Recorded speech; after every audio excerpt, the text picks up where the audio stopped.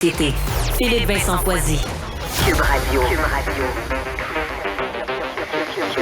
Cube Radio.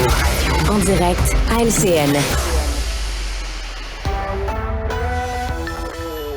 C'est le moment d'aller rejoindre notre collègue Philippe Vincent Foisy. Salut Philippe Vincent.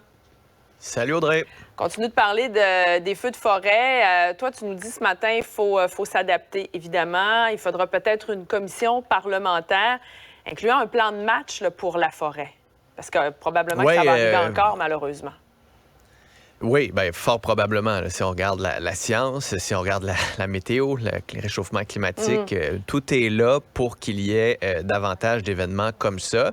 Puis on en parlait pendant les inondations aussi, le fait qu'on n'avait pas de plan d'ensemble, qu'on n'avait pas de vue d'ensemble sur quels étaient les problèmes, quelles infrastructures avaient besoin d'avoir des investissements à très court terme, quelle ville avait besoin d'avoir des investissements de plus de protection, qui était le plus à risque. On n'a pas cette vue d'ensemble-là et visiblement, on ne l'a pas non plus pour les feux de forêt. Donc, on en entend certains, notamment Christian Messier dans les lettres ouvertes ce matin, qui dit que ça prendrait un plan Marshall pour la forêt. Donc, avoir une idée de comment on aménage notre forêt. C'est quoi l'objectif d'aménager la forêt? Est-ce que c'est d'avoir une plus grande rentabilité à moyen terme, par exemple, pour les compagnies forestières? Est-ce que c'est d'avoir une forêt qui est plus résiliente, capable, au contraire, d'endurer des feux de forêt, mais qui aurait peut-être des essences de bois qui sont moins rentables pour les compagnies? Est-ce que c'est de protéger la biodiversité? Le plan du caribou là, devait arriver dans les prochains jours, puis à cause des feux de forêt, bien, va devoir être revu dans son entièreté. Donc, il y a toute cette question-là juste pour l'aménagement de la forêt. Mais l'adaptation au changement climatique, c'est plus large que ça. La forêt en fait partie. Il y a des infrastructures, il y a des investissements, il y a de la formation aussi. Tantôt, Marc-André Leclerc disait pourquoi les pompiers, par exemple, qui font leur technique pour devenir pompiers, n'ont pas, je sais pas, un 10, 15, 20 heures de formation juste pour avoir la base pour intervenir s'il y a des feux de forêt. Comme ça, les pompiers de Montréal, par exemple, auraient pu être appelés et prêter main forte aux pompiers forestiers de la Sopfeu.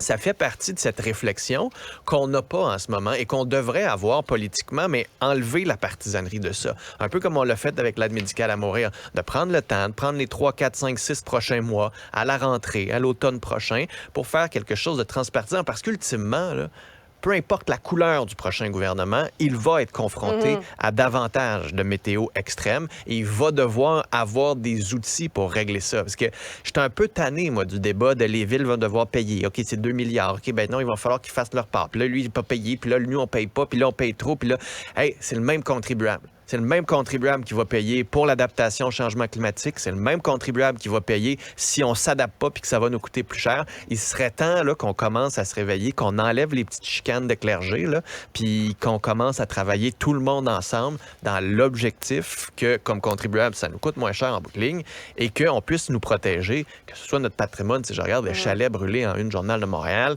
je pense à tous ceux là, qui ont eu des inondations, qui sont encore dans les réparations, aux gens de Gatineau qui en ont vécu 3 dans les 10 dernières années. Les derechos, c'est...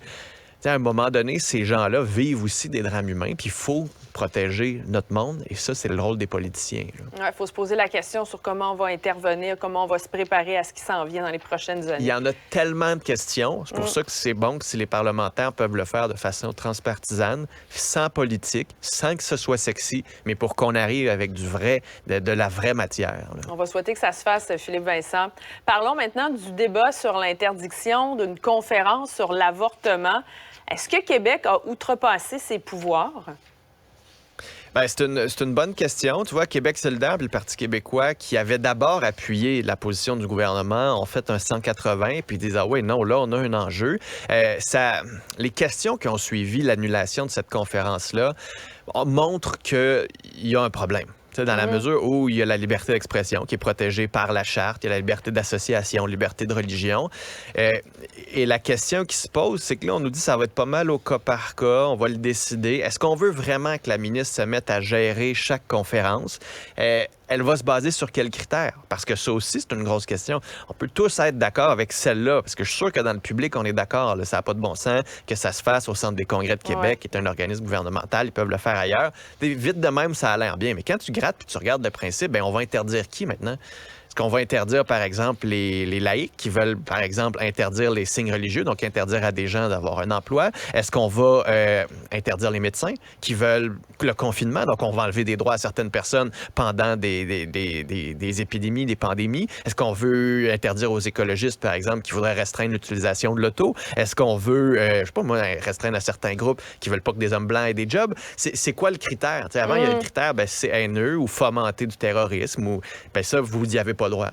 Mais là, on amène un critère de valeur alors qu'on n'a pas des valeurs claires établies, puis les valeurs sont souvent en contradiction. Est-ce que la liberté d'expression est plus importante que l'égalité homme-femme? Il y a ce débat-là qui est important ici, mais il y en a plein d'autres droits qui vont être en cause. Donc, est-ce que c'est vraiment la ministre du Tourisme qui va devoir sous-peser chaque conférence? Est-ce qu'on va maintenant devoir y envoyer chaque conférence pour lui dire « Est-ce que ça vous va, Madame la ministre? » À un moment donné, si c'est les partis conservateurs d'Éric Duhaime ou si c'est le PQ, ou si... il y a plein de valeurs qui sont différentes selon les partis. Donc, on ouvre une boîte de Pandore qui va être difficile à refermer en pensant avoir pris une décision politiquement payante. Finalement, on se ramasse à être, que ça soit un petit peu plus compliqué. C'est souvent ça, la politique. Ça a l'air facile au premier abord. Quand tu commences à gratter, c'est plus compliqué que ça en a l'air. Peut-être un précédent un petit peu dangereux là, dans ce cas-ci.